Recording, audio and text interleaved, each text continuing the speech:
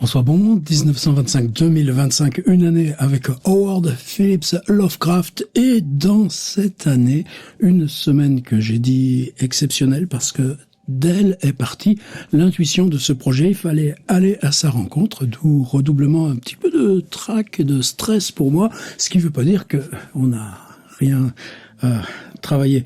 Ensuite, bien sûr, il faudra aller jusqu'à son départ pour Providence le 6 janvier 1926. Ça veut dire quand même qu'on est aux 2/3 du parcours, mais cette semaine, quelque chose a basculé. Ce qui a basculé, mais pas seulement à cause de ça, c'est le livre L'Appel de Cthulhu, qu'il a été ébauché, qu'aujourd'hui, on va commencer de l'écrire, et puis, vous allez voir l'histoire. Et vous vous souviendrez, vous, de monsieur Beekman, éleveur de bisons dans le Midwest. C'est la première fois dans l'ensemble de la bibliographie Lovecraftienne qu'on s'en occupe de monsieur Beekman. Et vous allez voir pourquoi. Au boulot. Quand je dis semaine exceptionnelle, ordi, je rappelle très vite les événements. On était le 1er août et on a eu enfin ce qui s'est écrit là sur son petit agenda, ces 3 mots, Write Weird Story. Cette histoire, il l'écrit chez lui, c'est Horreur à Red Hook. Il la commence, il se lève dans l'après-midi, il commence vers 4 heures l'après-midi, il s'arrêtera pour casser une graine, dinner, mais toujours en restant dans la chambre, late at night, write more and retire, ça veut dire qu'il va écrire jusque vers 4 heures du matin, et Horreur à Red Hook, c'est écrite comme ça d'un bloc, au point que le lendemain, 2 août, il se lève à midi, pour ça je dis probablement couché à 4 heures, 5 heures du matin, c'est ses habitudes, mais il n'est pas resté debout toute la nuit, attention. Il recommence à écrire, mais pas très longtemps, puisqu'à 16 heures, l'ami Loveman frappe à sa porte, on discute, Loveman a toujours un petit service à demander, ça le qualifie, là il s'agissait de dactylographier un poème qu'il vient d'écrire, un poème qui s'appelle le Sphinx, et Lovecraft va lui rédiger d'ailleurs une petite préface, plein de choses là que j'explore pas systématiquement, et il lit à Loveman l'histoire qu'il a écrite là dans les derniers 24 heures. Et tous ces jours-là, c'est-à-dire qu'il attendait cette reprise. Sonia était partie à Cleveland il y a une semaine. Il avait retrouvé la pleine disposition de ses heures, de sa concentration, et surtout l'idée que, fallait se remettre au mastic. Vous savez que tous ces jours, il relisait Weird Tales. Là, c'est le dernier numéro dans lequel, pour la première fois, il est sur la couverture, H.P. Lovecraft avec The Temple, mais il a lu tout plein de numéros pour savoir qu'est-ce qu'ils attendent, Weird Tales. Donc il y a cette préparation à la fiction, ce qui n'empêche pas de lire Dunsany, de reprendre, évidemment, c'est les auteurs qui, pour lui, réussissent à articuler ça, le fantastique. Le populaire, c'est pas ce qu'il cherche, mais aller dans ce fond-là de l'angoisse et de la peur, parce que c'est là qu'on travaille, mais transcendé par l'histoire linéaire. Et si c'est transcendé par une histoire solide, là, peu importe, que ce soit dans une revue à 25 cents ou dans une œuvre reliée cuir. Et puis, malgré tout, alors il dit à sa tante qu'il est prêt à écrire une autre histoire. Seulement, ça se fait pas. Puis Loveman, il faut lui trouver une chambre. Après, la chambre est trop humide, on le redéménage, etc., etc. Il y a presque une semaine qui se passe alors qu'il redit qu'il souhaite, qu'il est prêt à écrire. Et il y a ce moment presque un petit peu pathétique où il commence à écrire le matin, donc on est le lundi 10 août, et il a l'impression qu'il fait toujours la même chose. Il a l'impression d'écrire comme qui? Écrire comme du Lovecraft, nous c'est pas mal déjà, on s'en contenterait. Non, lui, ça lui va pas. Et là, il envoie tout balader, je pense avec une sorte de rage. C'est le soir, et donc dinner, il a écrit l'après-midi, le soir, il a tenté d'écrire, et il part. Il part dans Manhattan, il va explorer Chelsea, qui était un village au XVIIIe siècle, et il va s'enfoncer dans ce qui a été le noyau, l'embryon de départ de New York, c'est le Greenwich Village, c'est labyrinthe avec ses cours. On est la nuit, il y a des lumières blafardes, il y a évidemment les odeurs, les gens qu'on croise, les silhouettes, on se méfie, et c'est étroit, c'est labyrinthique. Maintenant, il y a plein de rues qui ont été, comme Bleecker Street même, qui a été prolongée. C'est pas du tout l'aspect que le village a maintenant. Et il passe donc la nuit blanche, et à 5 heures du matin, il rejoint le premier ferry pour Staten Island. Si vous vous reportez à la vidéo, je ne vais pas le faire aujourd'hui, on avait suivi le plan de son itinéraire. C'est une excursion qu'il a fait des tas de fois. Il va refaire exactement la même excursion qu'il a faite avec George Kirk, avec Frank Belknap-Long, qu'il a faite plusieurs fois avec Sonia. C'est-à-dire, on arrive à Staten, on prend un trolley. En tout cas, c'est le mot qu'il utilise. Donc, ces bus là qui sont alimentés à l'électricité sous des câbles, ou plutôt des bus qui roulent sur des rails là sur les rues et qui remontent Staten Island jusqu'à ce Port Richmond, où à Port Richmond il y a un nouveau ferry qui traverse vers le New Jersey. Et là, on arrive à Elizabethtown.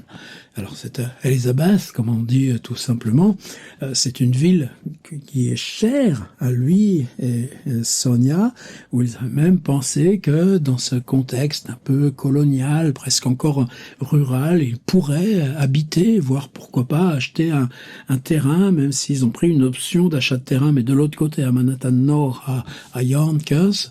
Et là, grande marche à pied. Il va voir un endroit qui, pour lui, ça marche toujours, que ça commence souvent par des cimetières, des vieilles tombes. C'est-à-dire cette présence-là du passé, mais avec les noms. Qu'est-ce que c'est important, cette vieille église qui est une First Baptist Church, d'ailleurs, comme à Providence. Et à quelques centaines de mètres, il s'arrête dans un endroit qui s'appelle Scott Park. Scott Park, qui est une espèce d'espace triangulaire. Maintenant, ça a été tout rasé. Il y a toujours le City Hall d'Elizabeth, mais on ne voit plus que des avenues. Puis entre les deux avenues, un grand terre-plein avec des platanes, des trucs comme ça. Mais c'est pas du tout là le square verdoyant qu'il y avait à l'époque. Vous verrez là dans le PDF d'aujourd'hui, j'ai retrouvé une carte postale de 1912 de Scott Park. Et là, il a sur lui, il est parti en colère parce qu'il pouvait pas autant aller marcher puisque t'arrives pas à écrire et que ça fait 3 jours, que ça fait 4 jours. Il achète dans une boutique un dime composition book, un petit cahier d'écolier à 10 centimes, à 10 cents. Et Scott Park, il est vers 8 heures du matin, il s'assoit, il sort le crayon et le taille-crayon offert par Sonia. Et là, il écrit de 8 heures jusque vers 15 heures. Il est forcé de s'en aller parce que le soir, il faut qu'il retrouve Arthur Leeds ou je sais plus qui, et puis Loveman encore. Et donc, il est temps de repartir et tout le long du trajet du retour, il va écrire. Je m'étais d'ailleurs petit correctif, j'avais dit qu'il revenait parce qu'avec Sonia ou Kirk, ils étaient souvent revenus d'Elizabeth vers Newark et de Newark, prenant le métro pour repasser sous Manhattan et remonter à Brooklyn. Là, il semble plutôt que pour cette balade, comme celle qu'il va faire aujourd'hui, il soit revenu par le même chemin, par le ferry vers Staten Island, le trolley et le deuxième ferry qui le ramène à Manhattan. Ça, c'est vraiment un détail. Et donc, il a ce miracle d'une histoire qui est tombée comme ça. Et même Loveman, Frank Belknap-Long, quand bientôt il va revenir à New York, même s'il reste quelques semaines encore dans ces Thousand Islands, là, à la frontière canadienne, près des Grands Lacs, Belknap-Long lui dira que lui est bien meilleur que Red Hook. Et lui-même est conscient. C'est-à-dire que tu as fait une histoire, mais celle qui est venue, comme ça, alors que tu ne t'y attendais pas, t'as acheté ce cahier, elle est meilleure. Il revient, et là on a la chance d'avoir tous ces jours donc des longues lettres à sa tante. Il en écrit même, toutes ces semaines, il en écrivait une tous les 2 jours. Et là il faut attendre, c'est une lettre qui va se servir, donc on est le 15, 14-15, c'est une lettre qui sera datée du 23, on doit certainement trouver la trace, que la semaine prochaine, c'est très alambiqué, et Retire Late, c'est une lettre qu'il poste à Lillian Clark, c'est une lettre qu'il postera le 24, et c'est dans cette lettre qu'il va reprendre, et là il n'y a pas de mention de lettre envoyée à Lillian, et c'est là qu'il racontera ce qui s'est passé pour lui le 14 et le 15. D'où l'intérêt, toujours, de ces notations de carnet, parce que parfois, on le voit qui écrit au jour le jour. Et qui la lettre, c'est, bon, hier je vous ai raconté ça, aujourd'hui je vais vous raconter ça, Non, là, c'est le 23, donc dans 8 jours, qu'il reprendra le carnet et qu'il se servira du carnet pour les petits repères mnémotechniques. Y compris Monsieur Beekman. Je vais vous parler de Monsieur Beekman, l'empêcheur de Cthulhu en rond. 10 et 11, 2 jours dans la même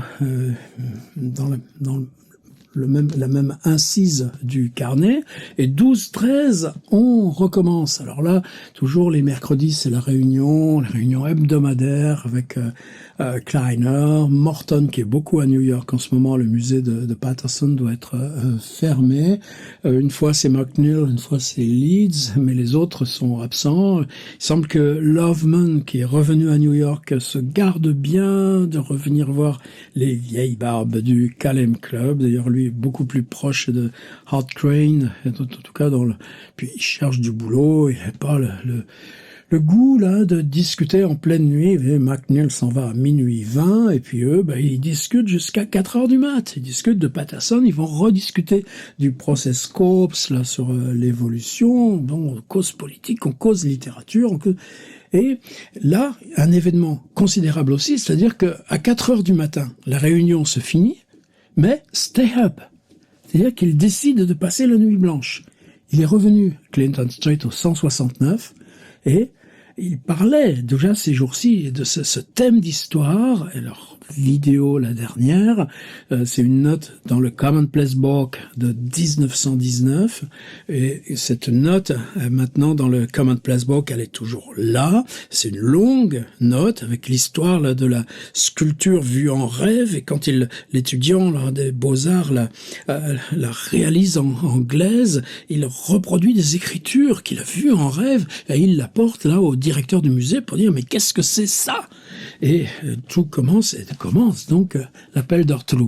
Donc cette idée là, notée dans le Commonplace Book, où on en a plus de 200 de ces idées d'histoire, ça date de 1919, mais ce jour-là, donc le jeudi 13 août, il la reprend, et vous savez qu'il raye, biffe, donc il y avait l'image dans le dernier PDF, il biffe la page du Commonplace Book, il écrit dessus Cthulhu, c'est-à-dire ce truc, je l'ai utilisé dans Cthulhu, comme il dit, parce qu'il veut un mot qui ne soit pas assignable à une langue humaine repérée. On a vu que le matin, il avait lu d'Anthony, le soir, il va lire de l'Oscar Wilde et du Swinburne. Donc toujours ce fait que la littérature populaire, même si Cthulhu va initier tout ce monde des jeux de rôle, définir un nouveau mode de littérature, 90 ans après Edgar Poe, ce qu'il induit, c'est Dunsany, c'est Oscar Wilde, c'est Swinburne. Et ce qui est très étrange, je l'avais abordé sur le 12-13, il dit à sa tante, il lui raconte dans la lettre du 13, donc ça n'a pas de triche. Puisque une fois la lettre envoyée, on a la chance qu'elle n'ait pas été détruite, qu'elle nous soit parvenue. Il lui dit, ça y est, j'ai fait tout le synopsis, donc maintenant, il n'y a plus qu'à écrire. Et écrire, c'est rien, c'est de la... Il dit maintenant que tout ce skeletonic composition, il dit toute cette... vous savez qu'il utilise toujours 2 synopsis en style télégraphique. Je vais mis un facsimilé de sa façon d'écrire du synopse, là, comme une langue, là, ouais, comme on prend des notes, quoi, tout simplement, mais c'est un truc continu, c'est pas avec des petits tirets, il se passe ci, il se passe ça, non, c'est juste là, vraiment, là, des micro-facettes pour l'histoire, mais pour lui, il dit à sa tante que j'ai plus qu'à l'écrire et la prochaine fois je vais vous la lire et vous la recopier. Il en est là. Et ce qu'il a, c'est Cthulhu. Or nous savons que l'appel de Cthulhu, même si là il est ébauché, que Lovecraft a le titre et qu'il est prêt à l'écrire, il ne l'écrira qu'à quasiment dans 1 an, l'été 1926. Mystère? Ouais, justement. C'est ça qui fonde notre travail ici.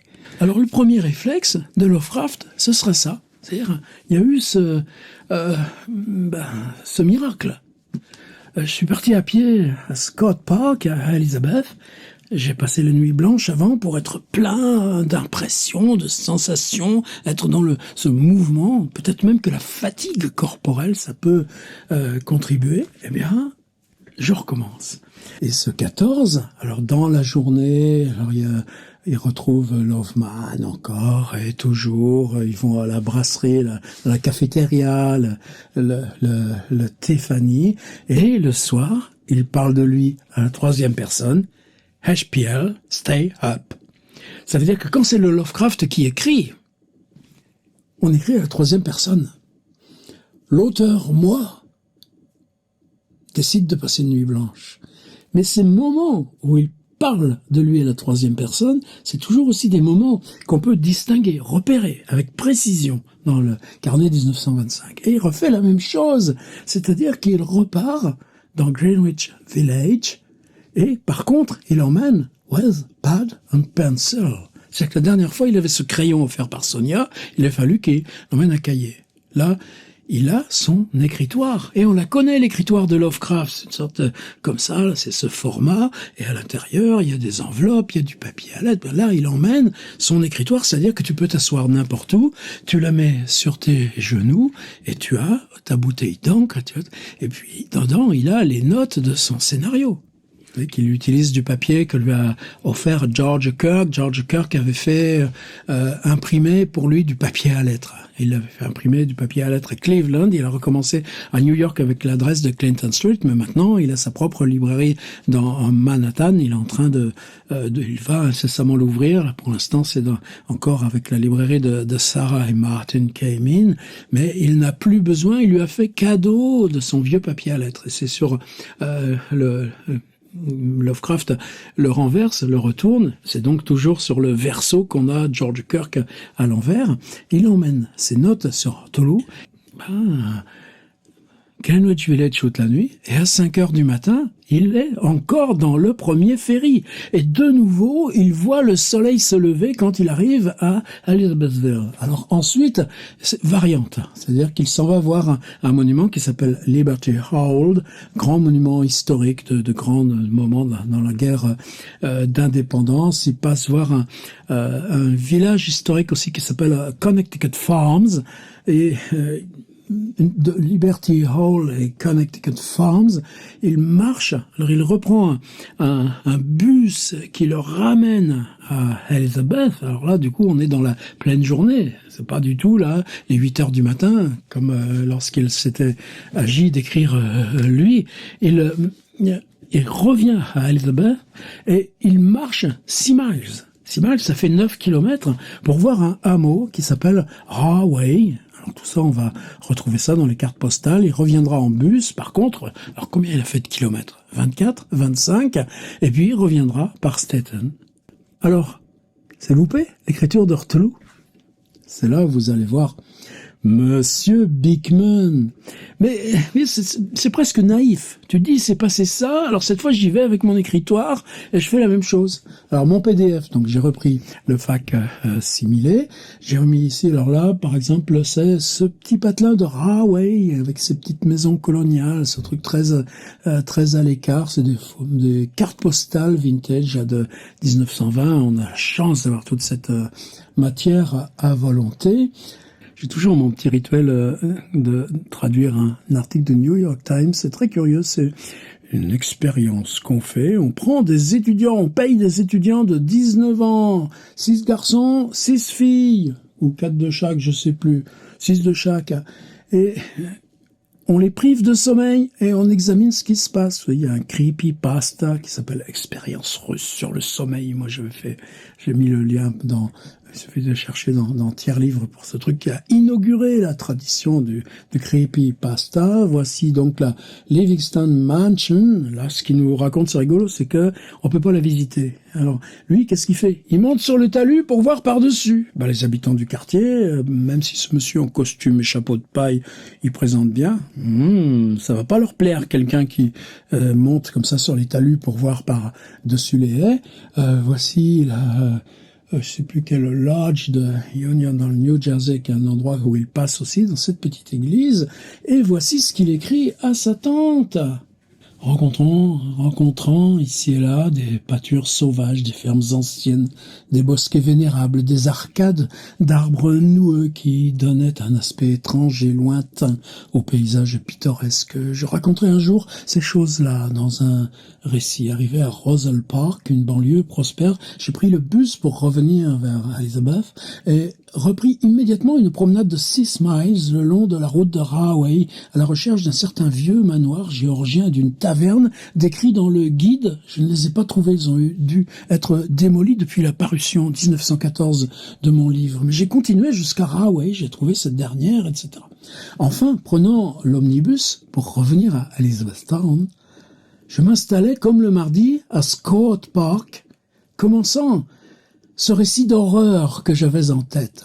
Aucune ambiguïté. C'est le synopsis qu'il a écrit hier à l'appel de Cthulhu. Je l'avais ébauché, je commençais à le compléter, quand mon travail fut interrompu par l'arrivée d'un de ces curieux personnages qui s'adresse à des étrangers. Lui, il ferait pas ça. Et que l'on rencontre de temps en temps. Alors, Lovecraft, il est sur son banc. Alors, qu'est-ce qu'il vient d'écrire? Le début de Cthulhu. Je vous le relis, le début de Cthulhu. Légendaire. La chose la plus miséricordieuse en ce monde, je crois, c'est l'inaptitude de l'esprit humain à corréler tout ce dont il est témoin. Nous vivons sur une placide île d'ignorance, au milieu de noires mers d'infini, et cela ne veut pas dire que nous puissions voyager loin.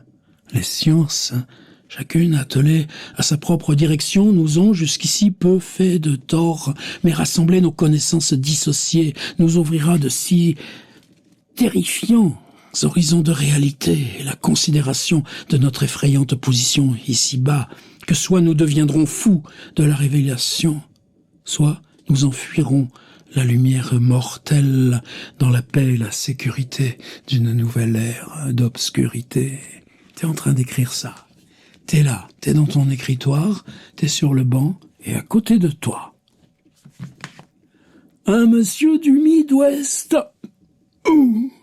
avec lui aussi son chapeau de paille, et qui te regarde pour un peu, il se pencherait sur ton épaule, et il essaierait, tu déchiffrais les pattes de mouche de Lovecraft à 50 cm, t'y arrives pas. Je l'avais ébauché, je commençais à le compléter, quand mon travail fut interrompu par l'arrivée d'un de ces curieux personnages. Mais il s'agissait d'un charmant personnage. Un gentleman bien habillé, d'environ 65 ans, qui après m'avoir demandé une direction géographique, par où prend-on le bus, resta 1 heure ou 2 à converser. Tu vois quelqu'un qui est en train d'écrire, et ce brave Lovecraft, au lieu de dire au gars, il dit « Oh, ça va ?» Ils vont parler pendant 1 heure ou 2.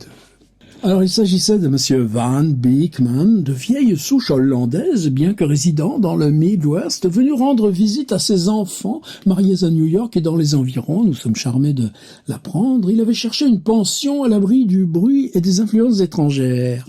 Ça veut dire que s'il vient prendre une pension à New York, mais qu'il vient à Elizabeth, c'est pas parce que c'est moins cher. C'est parce que t'as pas les noirs. Alors évidemment, ils ont dû se trouver de quoi parler. Ils n'avaient trouvé nulle part ailleurs qu'à Elizabethton. Ancien ingénieur civil, il avait participé à la construction de tous les chemins de fer et il nous répète tout ce dont le bonhomme, et lui, Lovecraft, il lui a raconté quoi au gars? Évidemment, c'est dissymétrique.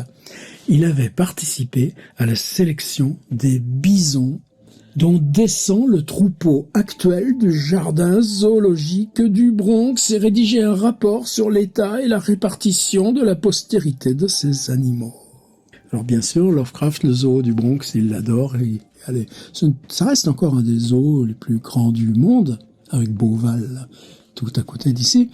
Mais le jour où Cthulhu commence à être écrit, arrive Monsieur Van Beekman. Et voilà de quoi l'histoire de la littérature est faite. On a perdu ce début, cette version. Monsieur Van Beekman, vous sauriez nous dire, vous, ce que vous avez vu et compris ce jour-là? Alors moi, aujourd'hui, on s'en tient là, parce qu'ensuite, de toute façon, il revient à New York. Et attention, chose importante, Sonia, c'est les formalités de son dossier de naturalisation qui s'accélèrent. Elle devait revenir 8 jours plus tard, mais elle est là. Et ça fait déjà toute l'après-midi qu'elle le cherche, qu'elle téléphone partout, savoir où il peut être. Et voilà pourquoi Cthulhu ne s'écrit que dans un an. Alors à demain pour toutes ces histoires avec Sonia. Dans le PDF, évidemment, donc j'ai trouvé une belle carte postale de 1912 de Scott Park, qui a rien à voir, évidemment, avec ce que c'est maintenant. Merci, Monsieur Van Beekman. Grâce à vous, on a ce témoignage incroyable sur la toute première écriture de l'appel de Cthulhu. Mais